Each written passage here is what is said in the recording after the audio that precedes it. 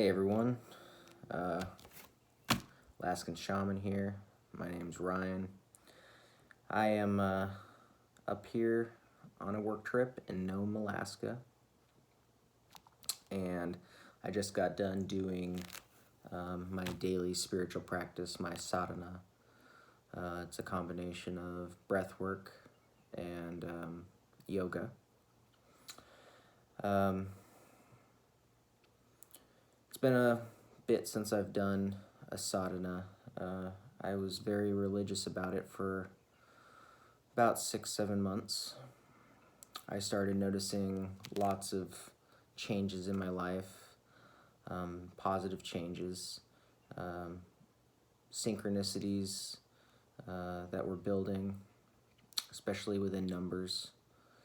And the last few months during this whole COVID thing, I moved in with my new girlfriend, and I have been slacking, to say the least, with my sadhana, with my diet. I lost a significant amount of weight on a ketogenic low-carb diet over the last 2.5 years. I started off at around 350 pounds. I ended up right at 200 pounds last summer. I was around 200, right at 200 pounds. And now I'm back up to about 230. So I'm up about 25 to 30 pounds. And I think tonight I kind of started to have a breakthrough in what's causing me to feel like I'm going backwards. Not just in my diet and weight gain, but what happened was basically I went through my dark night of the soul, and during that transition, there was a lot of pain, a lot of heartache, and I got comfortable by myself. For once in the last 7 years, I was by myself. And I had a lot of experiences, a lot of spiritual growth in a very short amount of time, on top of my diet. And I think it all kind of went hand in hand. I think getting off of sugar helped lead to some of these spiritual experiences. Now that I've been reincorporating carbohydrates into my diet, occasionally, like I'll do a few days where I'll be eating quite a bit of carbs, and then I'll go back onto a ketogenic to low to medium carb diet for a week or two, and then I'll go back, and I've slowly been starting to gain the weight back. I got done doing some research tonight. I did my sadhana, I did some meditation, and what I'm realizing is that manifesting what you want in life is difficult. It's difficult for our Western philosophical minds to understand, especially. Our given language nowadays is science, and we have to be able to prove things. Well, I have been proving to myself that I can do things, and I turned what was a painful experience for me, very painful experience, the worst one I've ever had in my entire life, into something positive. And my curiosity fueled that. My need to explore the unknown, my want to change my life path. It changed my belief system. It changed my parts of my personality. Changed a lot of things. I manifested a wonderful woman, and her son into my life. And right now I'm having a hard time being truly appreciative for what I now have. And I've been having a hard time letting go of the past. And I think that is been starting to weigh on me as I have these new things in my life, a new relationship, a new home, and I'm stuck longing for what I've lost or what I felt I've lost. What I'm coming to realize, or what I'm trying to see here, is that what I'm focusing on the past, and I'm creating a negative state of mind within myself, which is causing me to be in a higher state of defensiveness within my relationship. It's causing an amplitude of fights on top of a high stress environment right now within the world. It's also causing me to gain my weight back. I am emotionally eating again, and not just low carb food anymore. I'm not just binge eating low carb food. I'm binge eating high carb food now when I'm traveling, and I know that I can maintain a diet. I've done it. I know that I can maintain a daily sadhana. I've done it. I know those things are good for me.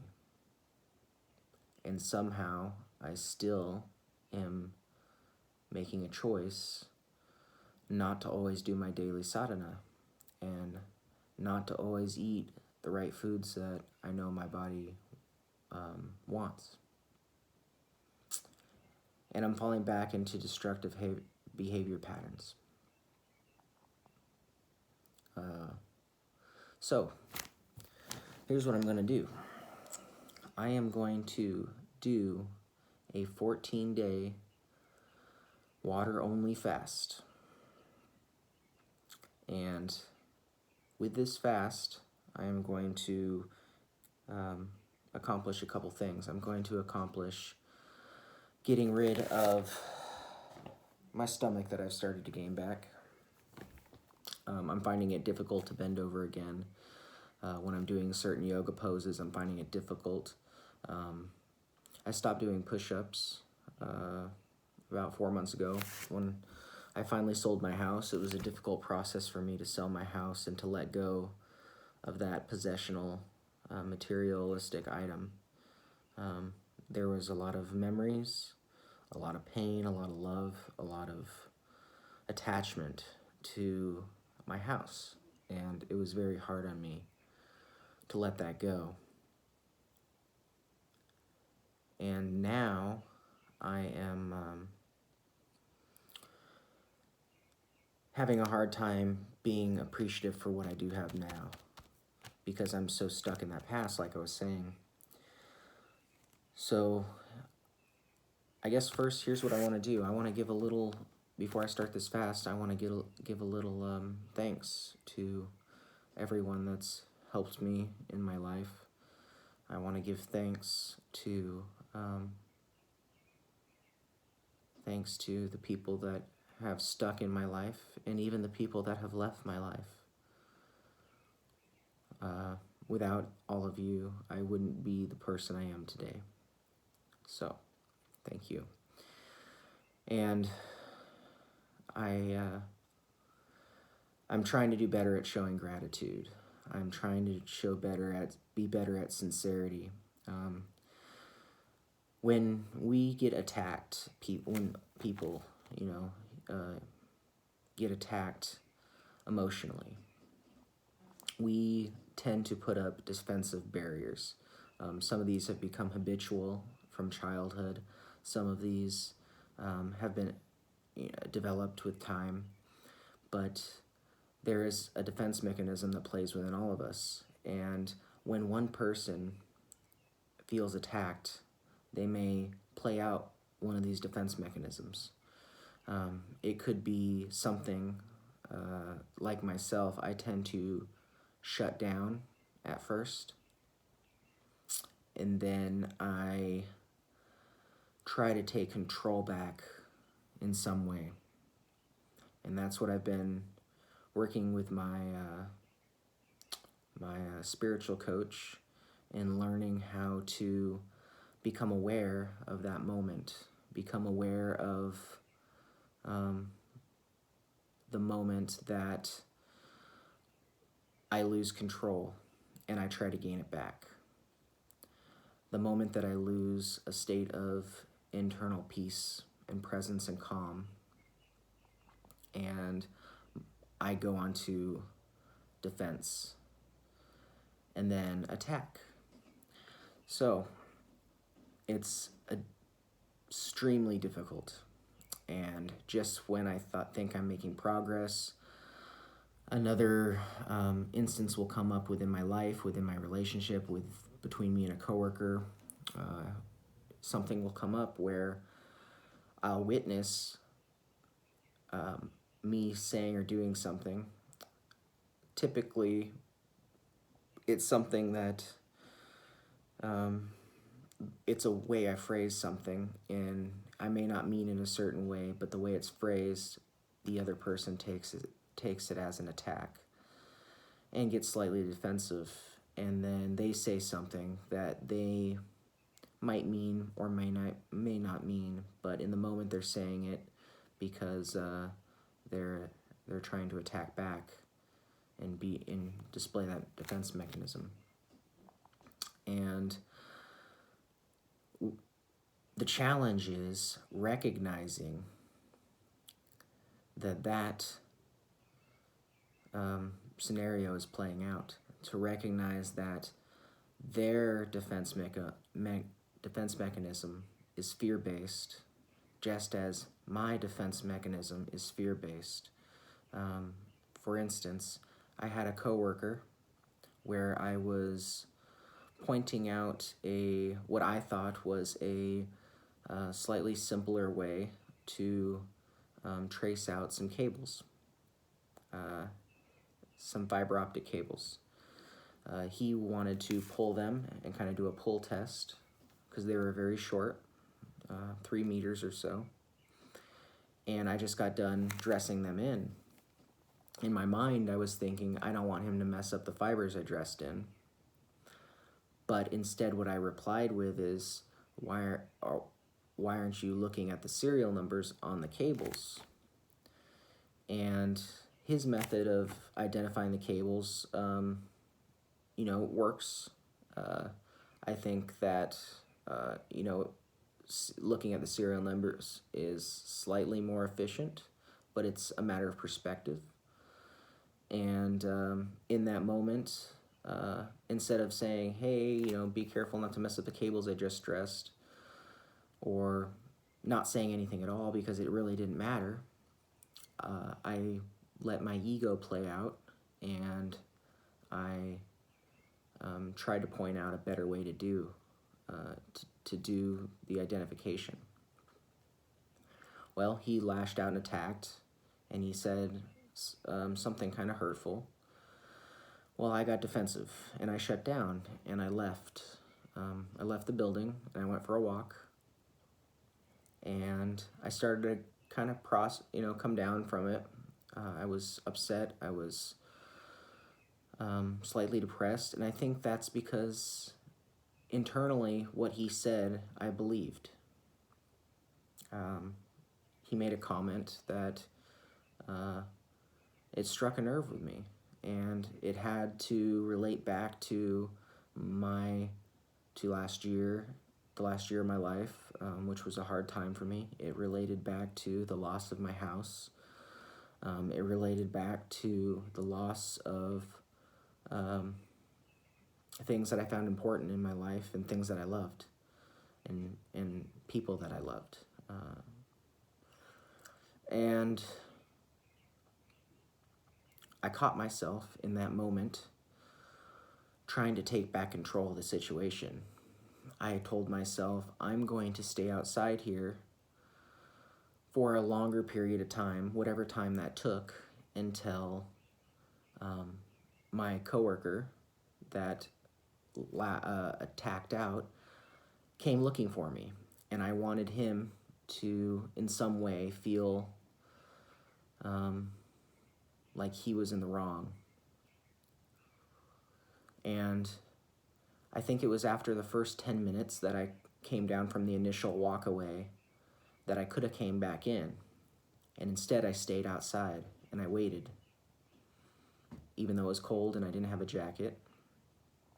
And I waited maybe another 20 minutes. And sure enough, they came out. My coworker came out and asked what was wrong, and I, just said, no, everything's fine. But I already internally in my head felt like I gained some kind of control back over the situation, which justified the pain that I felt in that moment. So, what I'm trying to do now is I'm trying to become aware before I make those decisions, before I decide to have that dialogue where I manipulate a conversation in some way. In the past, I didn't even realize I did it.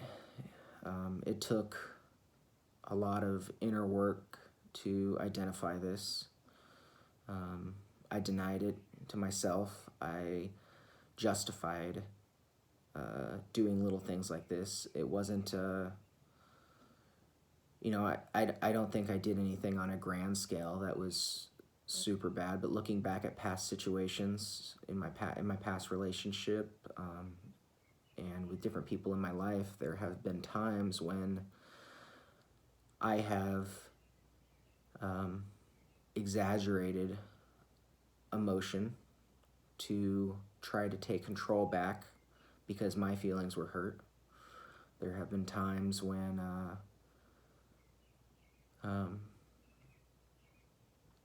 I've intentionally tried to alter facts of a story, even to the point where I've convinced myself that that's how some of the story happened.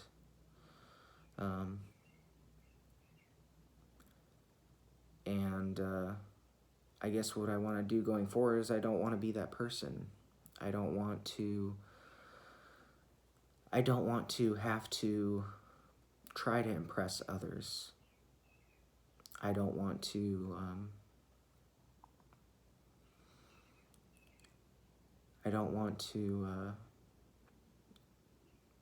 have others' opinions of me matter.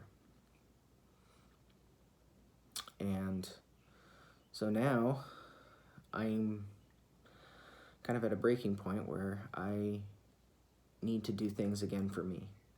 So I'm going to begin this 14-day water fast. During these 14 days, I am going to attempt my very best to stay religious to my sadhana, do my breath work, do my yoga. That's when I know I'm at my best. That's when I know I'm at my most peaceful. And that's when I have the most control, is when I'm doing those things.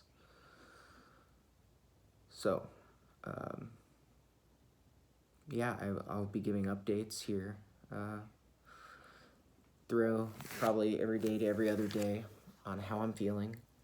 I'm going to be spending some time up on a mountaintop, and there's going to be lots of food. We brought lots of food, lots of good food, lots of meat, lots of keto food. So if for some reason I ended up cheating, it's keto food. But the plan is not to cheat.